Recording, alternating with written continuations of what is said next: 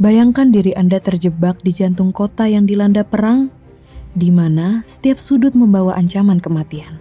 Di tahun 1985, di tengah kekacauan perang saudara Libanon, 4 diplomat Soviet menemukan diri mereka dalam situasi yang tidak pernah mereka bayangkan. Diculik oleh militan yang haus darah dan digunakan sebagai pion dalam permainan kekuasaan internasional. Ini bukanlah kisah penyelamatan biasa. Ini adalah kisah tentang bagaimana salah satu unit kontraterorisme paling brutal dan efektif di dunia, Alpha Group, ditugaskan untuk membawa mereka pulang. Kisah tentang strategis yang tidak terduga, taktik kejam, dan keberanian yang tak tertandingi. Siapakah yang akan menang dalam pertarungan psikologis yang menebarkan ini? Tetap bersama kami dan temukan bagaimana Kremlin mengirim pesan yang tidak akan pernah dilupakan oleh dunia terorisme.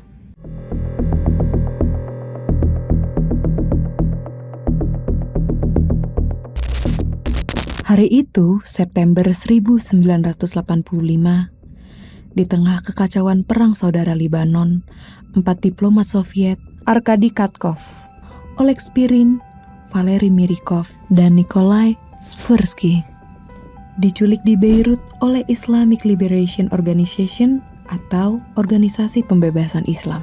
Upaya nekat ini punya tujuan buat memanfaatkan influence Soviet di Timur Tengah guna menghentikan serangan-serangan militer Suriah terhadap milisi Lebanon. Perang saudara yang berkecamuk sejak 1975 ini telah menarik berbagai faksi, termasuk kelompok-kelompok religius dan politik yang masing-masing berjuang untuk menguasai Lebanon yang terpecah belah.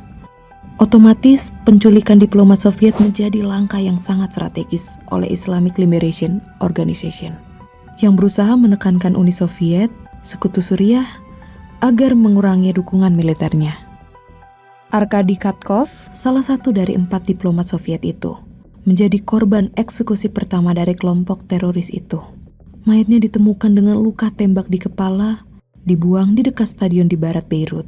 Pembunuhan brutal ini dimaksudkan untuk menunjukkan keseriusan teroris dan ketersediaan mereka untuk meningkatkan situasi jika tuntutan mereka tidak dipenuhi. Para diplomat yang tersisa harus tegar dan tegang menghadapi nasib mereka yang penuh ketidakpastian. Setiap detiknya bisa jadi gambling antara hidup dan mati, ditahan di kota yang dipenuhi dengan kekerasan dan ketidakstabilan.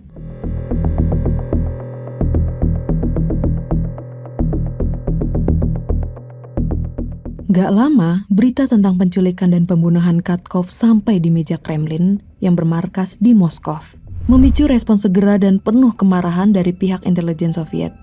Para petinggi dan pimpinan Soviet di bawah Mikhail Gorbachev bertekad untuk segera melakukan respon tangga dan tegas. Langsung saja mereka mengirimkan Alpha Group, sebuah unit kontraterorisme atau kontraterorisme elit KGB yang terkenal dengan taktik mereka yang super responsif dan tegas, ke Beirut. Alpha Group juga dikenal sebagai Spetsgrup A, dibentuk pada 29 Juli 1974 dan dengan cepat mendapat reputasi sebagai unit yang efektif dalam menangani operasi beresiko tinggi, terutama yang melibatkan penyelamatan sandera dan kontraterorisme. Sekilas informasi tentang Spetsgrup A, pasukan elit ini juga pertama kali dibangun terkait kejadian bersejarah pembantaian pada Olimpiade di Munich tahun 1972. Satuan ini dibentuk untuk operasi militer berisiko tinggi, atau anti-teror, atau kontrterorisme, misi penyelamatan sandera, dan operasi-operasi khusus yang memerlukan pengambilan keputusan yang sangat cepat, efektif, dan efisien. Alpha Group dibekali dengan berbagai senjata dan peralatan canggih. Mereka membawa senapan AKS-74U, varian kompak dan kuat dari AK-74, yang ideal untuk pertempuran jarak dekat. Senapan sniper SVD Dragunov, peluncur granat RPG-7, dan berbagai jenis granat. Selain itu, Alpha Group juga dibekali dengan rompi dan helm balistik guna perlindungan dalam kombat, masker gas untuk memastikan mereka tetap bisa operasional di lingkungan yang mana terdapat kimia-kimia atau senjata biologis yang mungkin digunakan. Radio yang terenkripsi untuk keamanan komunikasi antar tim selama operasi, binokuler atau teropong serta night vision goggles, dan breaching tools serta alat untuk rappelling. Instruksi Kremlin kepada Alpha Group jelas, gunakan segala cara yang diperlukan untuk menyelamatkan para diplomat dan kirimkan pesan bahwa warga Soviet tidak boleh diganggu. Mandat ini memberikan Alpha Group otonomi yang signifikan dalam menjalankan misi mereka. memungkinkan mereka menggunakan taktik yang tidak konvensional dan kejam.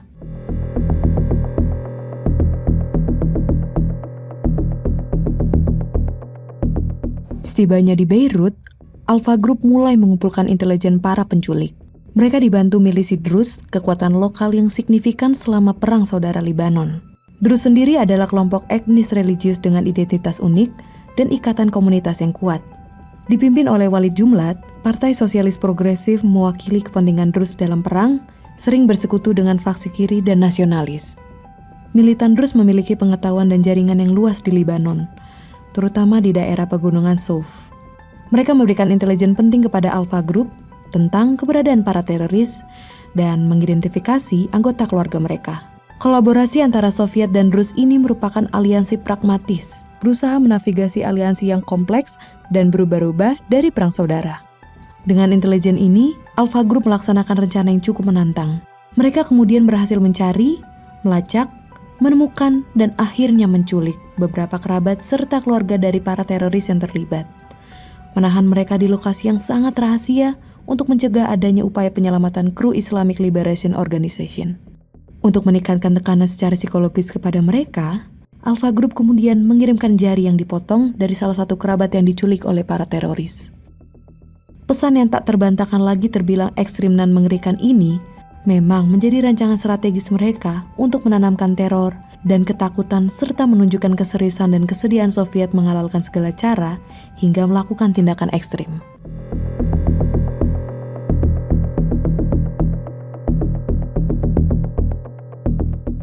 Kawanan teroris yang tadinya bersikap tegas, keras dan kuat ini syok juga kalang kabut ketika menerima jari dari kerabat atau keluarga mereka yang terpotong ini. Tindakan brutal serta peringatan keras dari Alpha Group membuat mereka terkejut, menyebabkan kepanikan dan konflik internal dalam barisan mereka. Mereka sadar bahwa sekarang keadaan mendadak jadi terbalik. Kali ini justru keluarga mereka sendiri yang berada dalam bahaya, dan kondisi ini memaksa mereka untuk mempertimbangkan lagi posisi mereka sekarang. Sebenarnya para teroris sudah sempat mencoba untuk menghubungi grup mereka yang lain, untuk memastikan keamanan dan keselamatan anggota keluarga mereka yang lain. Sayangnya, Alpha Group bergerak jauh lebih cepat dan efisien dibanding mereka, meninggalkan komplotan teroris itu dengan pilihan yang sangat terbatas. Lewat pendekatan ultra gahar Soviet via Alpha Group ini, para teroris juga sadar bahwa harapan awal mereka untuk melakukan negosiasi berkepanjangan atau malah tuntutan untuk meminta uang tebusan kandas begitu saja dalam sekejap. Konflik internal, teror, serta ketakutan dialami para teroris ini semakin intens. Beberapa sisi dari anggota mereka berpendapat untuk tetap tegah melanjutkan upaya perlawanan ini, dengan kepercayaan bahwa menunjukkan sisi lemah mereka malah akan merusak usaha dan perjuangan mereka sejauh ini. Tapi, anggota lainnya pun punya pandangan serta pendapat lain. Mereka malah sangat khawatir soal keselamatan nyawa mereka dan kerabat mereka, serta melihat kenyataan mengejutkan bahwa Soviet berani memberikan ancaman dengan cara yang jauh di luar dugaan ini. Konflik internal ini jelas semakin melemahkan tekad mereka dan mengkompromikan kemampuan mereka untuk mempertahankan front yang bersatu. Tak lama dari situ, negosiasi pun dimulai. Negosiasi dimulai dari para teroris yang mencoba menghubungi Alpha Group atau pihak perantara dari Uni Soviet.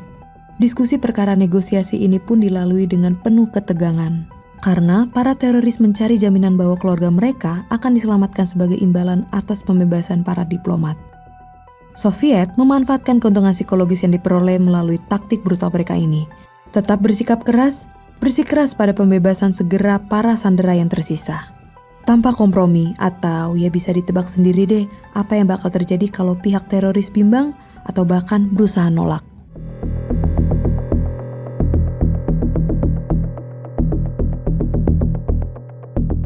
Dihadapkan pada pilihan yang jelas antara tetap melakukan perlawanan yang berkelanjutan atau keselamatan orang-orang tercinta mereka. Para teroris lantas memilih mengibarkan bendera putih. Mereka akhirnya setuju untuk membebaskan 3 diplomat Soviet yang tersisa, serta mengatur sistematika pembebasan mereka di dekat kedutaan Soviet di Beirut. Pemilihan lokasi ini tentunya dengan mempertimbangkan dan memastikan nantinya penjemputan serta perlindungan para diplomat ini bisa dieksekusi secara cepat dan aman oleh para personel Soviet. Nah, pembebasan para sandera menjadi pertanda ini akhirnya dari cobaan berat mereka. Eksekusi proses penyelesaian dan penyelamatan yang cepat ini menyoroti efektivitas serta efisiensi taktik Alpha Group dan komitmen teguh Kremlin dalam menjalani keamanan serta keselamatan warga negaranya. Operasi ini menunjukkan efek kekuatan terang psikologis serta dampak dari tindakan tegas dan brutal dalam situasi beresiko tinggi.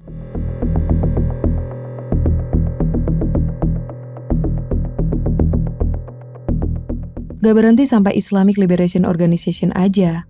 Respon tanpa kompromi Uni Soviet menanggapi krisis Sandra ini juga mengirimkan surprise ke kelompok-kelompok ekstremis lainnya di Timur Tengah. Insiden ini juga punya efek samping yang luar biasa buat Soviet sendiri. Selama beberapa dekade terakhir, jarang sekali ada warga Soviet yang jadi target di kawasan Timur Tengah. Ini berarti pesan yang diberikan oleh Alpha Group ke Islamic Liberation Organization ini sangat lantang dan jelas. Setiap ada upaya untuk melukai apalagi mencelakai warga negara Soviet akan mendapatkan respon atau balasan yang sangat keras tanpa ampun dari mereka. Kolaborasi dengan milisi Druze juga menyoroti kompleksitas aliansi selama Perang Saudara Lebanon.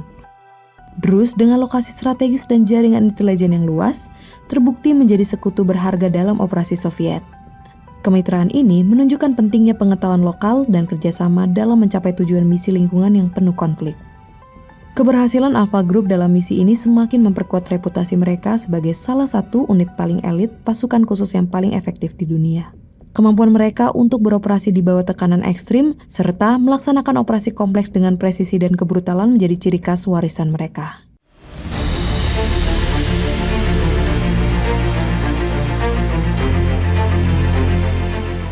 Aksi penyelamatan diplomat Soviet di Beirut pada tahun 1985 berdiri sebagai bukti taktik berani Alpha Group dan komitmen teguh Kremlin untuk melindungi warganya. Kisah menggugah tentang keberanian, kebrutalan, dan manuver strategis ini menyoroti bagaimana bangsa-bangsa menavigasi krisis internasional yang berbahaya dengan ketegasan dan kebrutalan yang diperhitungkan. Cerita misi penyelamatan ini mengungkapkan sejauh mana sebuah negara akan melangkah untuk memastikan keselamatan rakyatnya dan dampak mendalam tindakan semacam ini terhadap persepsi internasional dan insiden terorisme di masa depan. Dalam konteks yang lebih luas, insiden ini menjadi contoh dari permainan rumit kekuatan lokal dan internasional di zona konflik. Ini menyoroti bagaimana aliansi, intelijen, dan taktik psikologis bisa sama pentingnya dengan kekuatan militer dalam menyelesaikan situasi beresiko tinggi. Warisan krisis Sandra Beirut pada tahun 1985 tetap menjadi pengingat kuat akan kompleksitas dan realitas keras terhadap kontraterorisme, serta dampak abadi dari tindakan tegas di panggung global. Dan begitulah sebuah kisah menegangkan tentang bagaimana 4 diplomat Soviet menghadapi kengerian penculikan di Beirut, dan bagaimana ketegasan tanpa ampun dari Alpha Group berhasil mengamankan kebebasan mereka. Misi ini menunjukkan bahwa dalam dunia yang dipenuhi dengan kekerasan dan ketidakpastian, terkadang tindakan yang paling ekstrim adalah yang paling efektif. Jika Anda menikmati cerita ini dan ingin mendengarkan lebih banyak kisah menegangkan lainnya, jangan lupa untuk like video ini, subscribe channel kami, dan aktifkan notifikasi agar Anda tidak ketinggalan kisah-kisah seru berikutnya. Jangan lupa untuk tinggalkan komentar kalian di episode kali ini, atau kalian punya ide atau saran cerita apa yang mau kalian dengarkan di episode berikutnya. Be brave dan sampai jumpa di episode berikutnya.